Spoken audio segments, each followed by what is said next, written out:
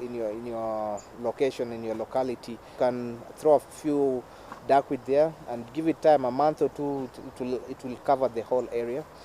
And by it covering, it's able to prevent, it will prevent things like direct evaporation, because it will form a sheet, yeah?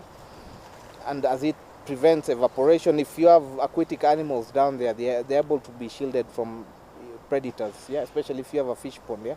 It can protect your animals.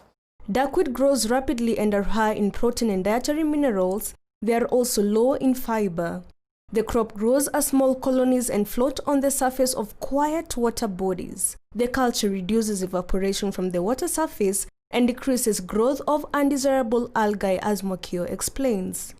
And the most important thing about duckweed is it's able to control algae. What it does, it competes with algae over territory, and then by it compete, since it grows faster, it will be able to choke the algae. By it choking, we won't be able to have algae growing around. And algae is very, especially for fish farmers, algae is not very, you wouldn't want your algae growing in your pond.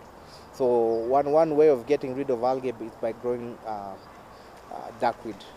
FAO has really taken interest on duckweed on different perspectives, in terms of sewage treatment, and also in terms of it being a source of feed because of its chemical composition.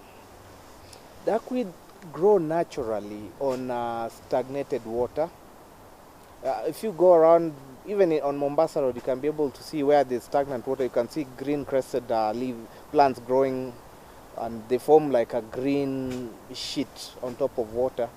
So, like, take an example, if you've seen hyacinths, but now you're seeing small things that are real smaller than hyacinths, yeah? Those are duckweeds. And I'm sure most people have seen it, probably you've seen it, but most people ignore it because you think it's quite insignificant as a plant. Reporting for Farmers TV, I am Robert Mwakio.